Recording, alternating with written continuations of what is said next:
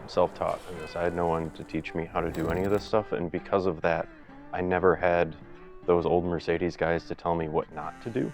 So my first 190 was a 2.6, then it was a 3 liter, then it was a 3.6. That car rusted out. I bought a 95 wagon, took the 3.2 out, put the 3.6 in that, drove it for 120, 150,000 miles, and then someone wanted to buy that engine from me, and I had found an E55 in the junkyard, and everybody said it can't be done. About 3 weeks before I moved to Seattle, I pulled the 3.6 out to sell to the guy and had to get the 5.4 in to make the drive out to Seattle. And then that 1970 280 SE that I got for my wedding, that one was burning a quart of oil every 50 miles. And similar situation about 3 weeks before the wedding. I was like, this isn't gonna do, so I ripped the stock engine out and went and got a junkyard 4.3 and shoved that in it. That's kind of where it took off. That's the #1 car. I finished that car about the time I closed down my shop in Michigan to move to Atlanta. And I also had to do one more of them before I left. So those 2 cars started to get out there on the internet. People found out about them and people found out about me. So the whole time I was in Atlanta working for another shop, I was getting phone calls, hey, can you build me a car?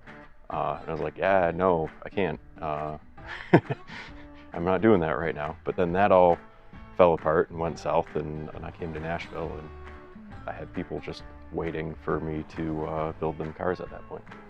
This car is a 1964 Mercedes 230 SL, referred to as the Pagoda because of the shape of the hardtop.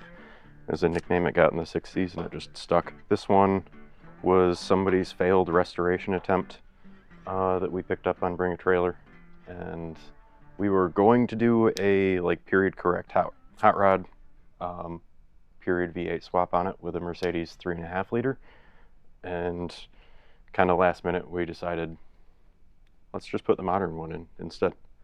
This is a 5.5 liter out of an S55 AMG.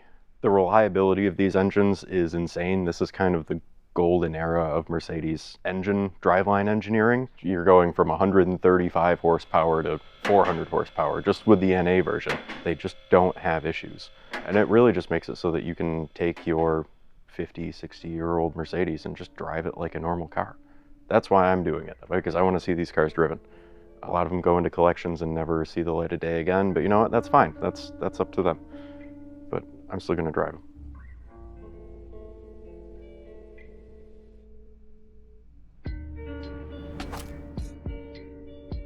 I always dreamed of owning an Alfa. Most people don't even know that the Berlina exists. So you would say, oh, Berlina, and they'd say, what's that?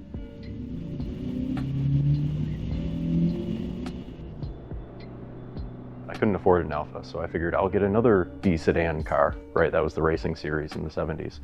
I'll get a Datsun, but Datsuns were also getting expensive, so I couldn't afford a 510. So I got a Datsun 1200, which was a retired ice racing car from Saginaw Bay. I did a bunch of work to it. I got it running with a Datsun pickup motor and a Z-car transmission, and I had to move, and I had too many cars, so I had to sell it before I ever got it on the road. But I still wanted an Alfa. And so when I was in Seattle, I ended up working at an Alfa race shop as the fabricator and spent a lot of time around them, and that's where I really got the sickness. When I moved back to Michigan, I started doing support for a local guy in West Michigan who had a bunch of retired Trans Am Alphas that he raced in the vintage SCCA races. I had driven out east to Grand Rapids to buy a set of tires, and I saw this thing sitting next to a barn, and I stopped and there was no one home. And I went back later and stopped, and the guy wasn't there. I gave his wife my card, never called me. And then one time I went out to Grattan to do support for these Alphas at a vintage race. And after I was like, man, I need an Alfa. And I go back and the guy's out mowing his front yard. So I stop and I corner him and ask him about the car, and he's like, oh yeah, it's my father-in-law's car. He lives across the street. It's not for sale, I can't sell it. And it's like, oh man, I really want this car. If you ever sell it, let me know. And he's like, oh, well, you know, and we get to talking, and he has a Mercedes 190E 2.316 Cosworth, a Euro car, just like mine. But it was burning a ton of oil, like full on smoke screen when you drive it. And I'm like, well, you know, I'm probably the most qualified person in Michigan to rebuild this engine for you. Do you want me to rebuild the engine for you? And he's like, yeah, how much would it cost? An Alfa Berlina. And he's like, okay, yeah, let's do it. We struck the deal, and he actually had the Alfa towed to my shop.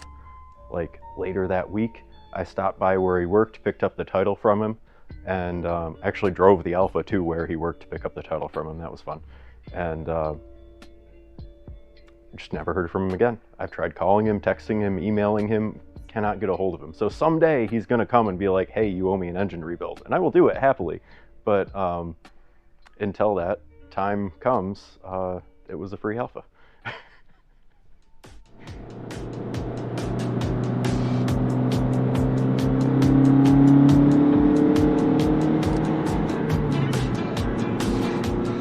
I acquired the Alfa 3 weeks before Round Headlamp Rally of 2021, and it had been sitting for 23 years. And I was like, all right, let's see if we can make it happen. All of the brake calipers were seized. Every brake line burst from the master cylinder back one at a time as I tried to bleed the brakes. So one line would burst, I'd replace it. Go to bleed it, the next line would burst, I'd replace it, go to bleed it, and so on and so forth. So I had to do all new brake lines. The clutch was completely smoked. Somebody had already removed the Spica and put a set of Weber DCOEs on it, but they were set up for an early Giulia 1300. I rejetted them and choked them and everything for a 1750. It didn't run quite right, so I'm like, oh, maybe they were onto something. And I put it back, and it ran okay, but it wouldn't rev past 3,000 RPM because it wasn't getting enough fuel or air. So I put it back on the other tune, and then, you know, got it actually running right. But yeah, then I went and did Round Headlamp Rally with it, and it did 900 of the 1,000 miles before the tie rods started coming apart. It was just terrifying going down the road, so I dropped it off and grabbed a different car to finish. So I bought the Berlina, and we did the rally and everything, and it was great. A couple of years later, when I sold my Mustang, I had the opportunity to buy a GTV, which was my dream car, and it was a GTV 2000 in very similar condition to this. Did a lot of work to it, fixed it up, daily drove it for a year, and I really realized over the course of that year that as much as I had always wanted the GTV, the Berlina was the better car. So I sold the GTV, kept the Berlina. Berlina is the better car because probably first and foremost, it's more practical, right? You just have so much more usable space. The GTVs are tiny. The longer wheelbase makes it feel a little more solid. And probably the biggest thing is the 1750 engine is just better than the 2-liter. I would be hard pressed to make the same argument if it was a Berlina 1750 versus a GTV 1750, right? Because then they both have the same engine, and then it really comes down to, do you want the car that is more nimble and handles better, or do you want the car that is more useful and more highway friendly? All of the Alfas of this period with this engine were called the 1750. The Berlina was kind of a fill gap model where they had been designing the next generation, but they weren't done with it yet, but they realized the Giulia was a little antiquated at that point. It was kind of a half-assed effort. That's why the front arches are round and the rear arches are trapezoidal. It's a little bit of an awkward looking car, but it's fantastic to drive. I can drive that thing 11/10 and I'm barely breaking any laws. It's the joy of, you know, shitty slow cars. I definitely get attached to cars. I will be buried in my Cosworth. Probably because they won't be able to get me out of it, but you know. And yeah, if you were like, Matt, you have to sell every car you own except 2, it would be this in the Cosworth.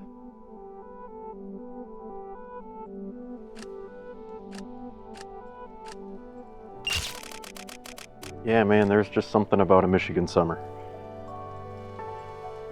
I had always wanted to be part of a cool car club and do cool car things with like-minded people, so it was really refreshing.